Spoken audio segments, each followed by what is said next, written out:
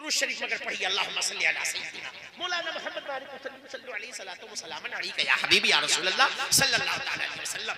हज़रत सूफी साहब तिगड़ा, आप पीर साहब हैं, कादरी सिलसिले के बुजुर्ग हैं माशाअल्लाह, आप इसको जरा गौर से सुनिएगा। हुजूर गौसे आजम की बारगाह में एक शख्स आया, आने के बाद कहा हुजूर मुझे मुरीद कर लीजिए, मुझे मुरीद कर लीजिए। हुजूर गौसे आदम ने फरमाया ठीक है आओ मैं मुरीद कर लेता हूं। कहने लगा मगर मुरीद करने से पहले कुछ सुन भी लीजिए। कहा सुनाइए। कहा दो शर्त है हमारी। बोलो। कहने लगा हजरत हमारी बात तो सुन लीजिए। कहा क्या?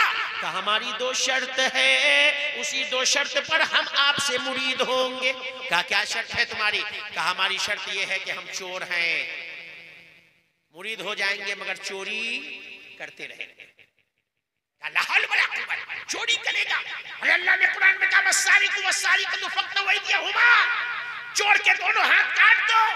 अब तुम चोरी करेगा और मुरीद हो करके? कहा कि हाँ हम चोर हैं, चोरी करेंगे, अब मुरीद आपसे होंगे। तो हजरत ने फरमाया अच्छा चलो दूसरी बात बताओ। कहा दूसरी शर्त यह है कि हम नमाज नहीं पढ़ते हैं, अब मुरीद हो करके भी नमाज नहीं पढ़ेंगे।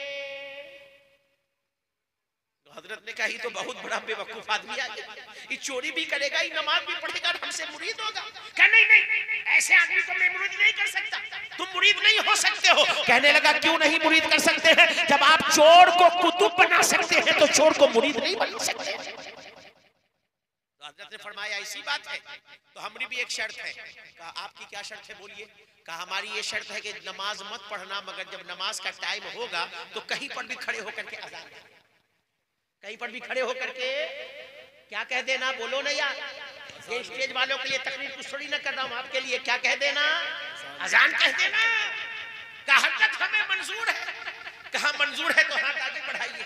हाथ आगे बढ़ाया, हजरत ने जो सब वादा ले लिया, मगर कहा कि नमाज और जो है चोरी के लिए मना नहीं करवाया, और सारा वादा लेकर के सारे गुनाह से तौबा करवा करके हुजूर गौसे आजम ने मुरीद कर लिया, और वो भी खुश हो करके चला गया कि चलो हम मुरीद हो गए। अब घर जैसे ही पहुंचा वैसे जोहर का वक्त हुआ, कोने में घुस करके धीरे धीरे अल्लाह अकबर अल्लाह अकबर अल्लाह अकबर अल्लाह अकबर। बीवी देख रही थी कि नया ड्रामाबाजी शुरू कर दिया है। एक दिन कुछ नहीं बोली, दूसरे दिन भी कुछ नहीं बोली, तीसरे दिन भी कुछ नहीं बोली। तीसरे दिन इशा की नमाज के टाइम उसको पकड़ लिया और कहा ये कहा चोर होकर के चोर की तरह अजान दे रहे हो घर में छुप करके? अरे इतनी ही ज्यादा अजान देने का शौक है तो मोहल्ले की मस्जिद में जाकर के अजान क्यों नहीं देते हो? कहने लगा अरे पागल बात ये नहीं है। तो कहा बात क्या है? कहा हम तो बहुत बुरा फंसे, हम तो समझे थे कि बहुत हल्की बात है, मगर ये तो बहुत बड़ी बात है। कहा क्या हुआ? कहा गौसे आजम से मुरीद हो गए हैं, हम कहते नमाज नहीं पढ़ेंगे चोरी करेंगे। गौसे आजम ने कहा ठीक है मुरीद कर लेते हैं, मगर तुम अजान खाली दे देना। अब 3 दिन से तो हम हल्का समझे थे, मगर हम तो बहुत बुरा फंसे हुए। इस जोहर में अजान, फिर असर, फिर मगरिब, फिर इशा, फिर फजर, रात भर नींद नहीं आती है क्योंकि पीर साहब से वादा की है।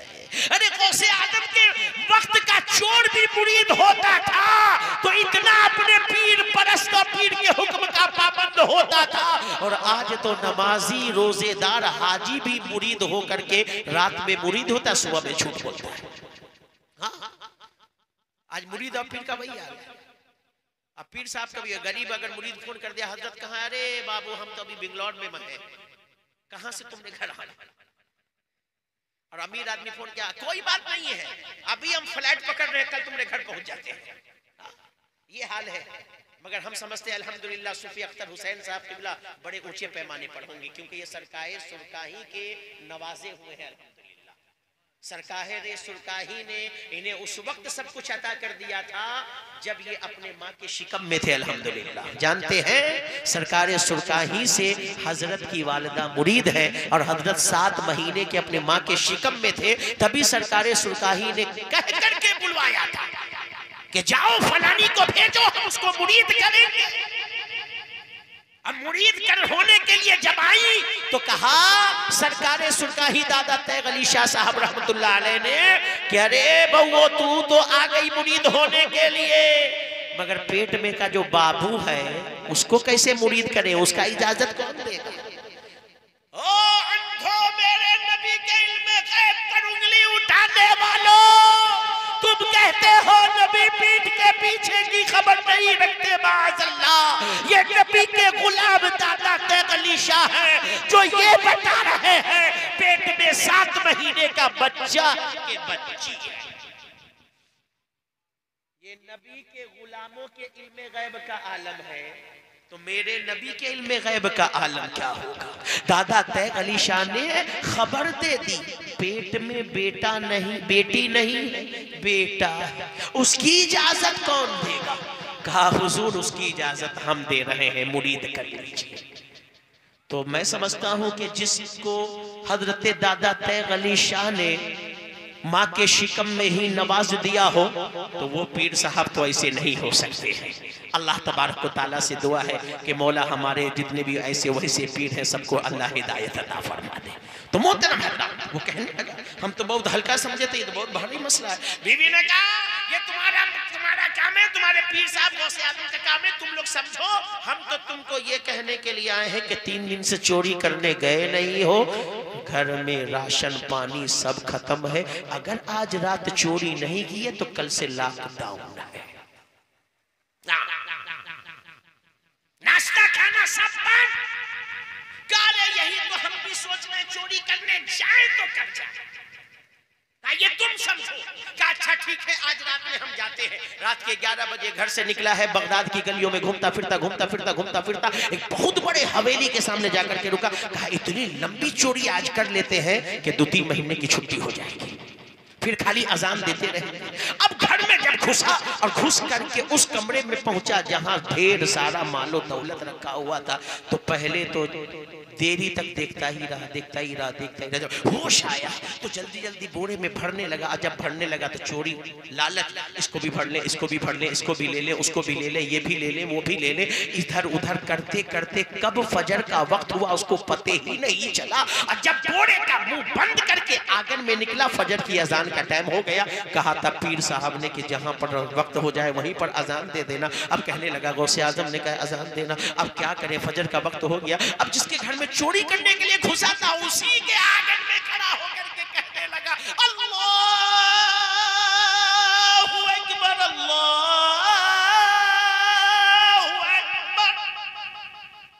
अब जो अजान सुनी तो पूरे घर वाले जाग। अब जब घर वाले सब जाग गए कि हर दिन तो मौज़िन साहब मस्जिद में रहते थे, आज तो घर में चले आए। अब जब अजान से फारिग हुआ तो देख रहा है कि कोई लोटा लेकर के उधर दौड़ रहा है, कोई लेटा लेकर के उधर दौड़ रहा है, कोई इधर जा रहा है, कोई उधर जा रहा है। इकदर वही तो बड़ा बुरा हो गया, ये तो हम बहुत बुरा फंस गए हैं। अब अगर हम ईमान उठावेंगे तो पिटाइबो करेंगे और सारा बोरा भी छीना जाएगा। ऐसा करते हैं कि जब तक इन लोग लोटा लेकर के इधर उधर दौड़ रहा है, वजूजू बना रहा है, 2 रकात सुन्नत हम पढ़ ही लेते हैं, 2 रकात सुन्नत पढ़ ही लेते हैं। और इधर अल्लाहु अकबर कह करके जो है बांध लिया हाथ। थोड़ी लंबी सूरत पढ़ने लगा कि जल्दी से सुन्नत वगैरह का पढ़े, देरी करेंगे तब तक सब मस्जिद चले जाएंगे। इधर सब मस्जिद, इधर बोरा लेकर के हम अपने घर। अब जब सलाम फेरा तो पीछे 2 सफ लगी हुई है। कहा हजरत सलाम फेर दिए हैं, तकबीर बोले तो नमाज पढ़ा दीजिए। अब चोर तो कहा या अल्लाह अब क्या करें, ये तो बहुत बुरा हो। आखिर में खड़ा हो गया, कहा हाथ जोड़ रहे हैं भाई, हम इमाम नहीं है, मौज़िन नहीं है, हम चोर हैं। कहा ऐसा हो ही नहीं सकता है, आपका चेहरा बता रहा है, आपके चेहरे पर किसी अल्लाह के बहुत बड़े वली की निगाह पड़ चुकी है, ऐसा चेहरा चोर का नहीं हो सकता है। कहा भाई मानो समझो हम चोर हैं और सबूत ये देखो। हम लोग मान ही नहीं सकते हैं, आप चोर है ही नहीं है। आप बोलिए तकबीर कहे तो जल्दी से नमाज पढ़ा दीजिए। अब वो देखा मरता न क्या करता, कहा ठीक है बोलो तकबीर। तकबीर बोली गई और वो चोर साहब गए मुसल्ले पर, कहे अल्लाहु अकबर। इधर वो नमाज पढ़ा रहा है, इधर मेरे गौसे आज़म अपनी खानकाह में बैठे मुस्कुरा रहे हैं और फरमा रहे हैं वो 2 शर्त लगा करके नहीं फंसा सका, हमें क्यों में फंसाया दिए। कह रहा था नमाज नहीं पढ़ेंगे, सीधे मुसल्ले पर खड़ा करा दिया। दिए हैं, नमाज नहीं पढ़ेंगे, सीधे मुसल्ले पर खड़ा करा दिए हैं। और जब सलाम फेर करके दुआ मांग करके खड़ा होता है तो तमाम लोग आगे बढ़ते हैं। उस शोर का हाथ पकड़कर कोई मुसाफा कर रहा है, कोई दस्तबोसी कर रहा है, कोई हाथ को चूम रहा है, कोई दुआ के लिए कह रहा है। उस शोर के दिल की दुनिया बदल गई। अल्लाह की बारगाह में हाथ उठा करके कहने लगा, ए परवरदिगार, जब एक वक्त की नमाज का ये आलम है कि एक वक्त की नमाज में तूने इतनी इज्जत अता की है, पांचों वक्त का नमाजी हो जाऊंगा तो कितनी इज्जत अता करेगा। नारे तकबीर, नारे रिसालत, मसलके आला हजरत फैजाने गौसुल आजम। बोलो सोंधो गुलजार बाग के सुन्नी जिंदा दिल मुसलमानों और सूफी अख्तर हुसैन साहब किबला मद्दजुल्लहुल आली वल नूरानी बरकातुल आलिया वल कुदसिया के दावत पर आने वालों, नमाज की पाबंदी करेंगे, नमाज की पाबंदी करेंगे।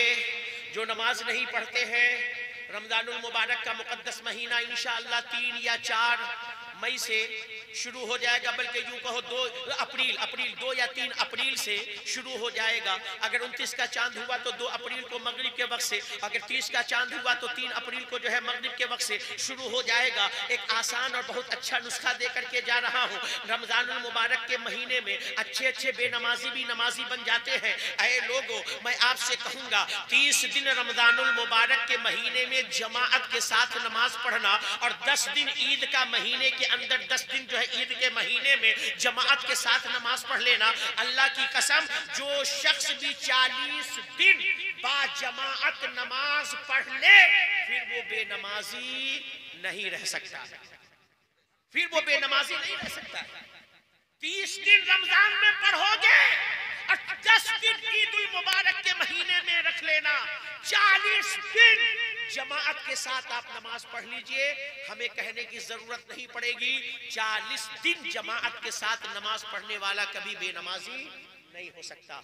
उसके दिल के अंदर जितने मैल होंगे सब खत्म हो जाएंगे, वो नमाज का पाबंद हो जाएगा। ये बड़ा अच्छा मौका है, नमाज की आदत डालनी है। 40 दिन जमाअत के साथ आप पहले नमाज पढ़ो, फिर देखो इंशाअल्लाह ताला आप मरते दम तक के नमाजी हो जाओगे। अल्लाह तबारक व तआला से दुआ है, बोलने में किसी तरह की सहवन कसदन मुझसे खता लग़्ज़िश भूल चूक कमी बेशी हो गई हो तो मैं सूफी अख्तर हुसैन साहब, अल्लामा साबिर रजा साहब और जितने उलमा किराम यहाँ पे बैठे हैं उन सबको, जितने मद्दाहाने रसूल यहाँ पर बैठे उन सबको रब की बारगाह में खास तौर पर आम सबको आमतौर पर गवाह बनाकर सच्चे दिल से तौबा करता हूँ। सबको मिलकर के पढ़े अस्तगफिरुल्लाह रब्बी मिन कुल्ली ज़ंबी व अतूबु इलैह, पढ़े ला इलाहा इल्लल्लाह मुहम्मदुर रसूलुल्लाह सल्लल्लाहु तआला अलैहि वसल्लम। जो कुछ मैंने बयान किया मौला तबारक व तआला उस पर खुद मुझ गुनहगार को अमल करने की तौफीक रफ़ीक अता फरमा और तमाम लोगों को सुनने से ज़्यादा दूसरों तक पहुँचाने से ज़्यादा इन बातों पर अमल करने की तौफीक रफ़ीक अता फरमा।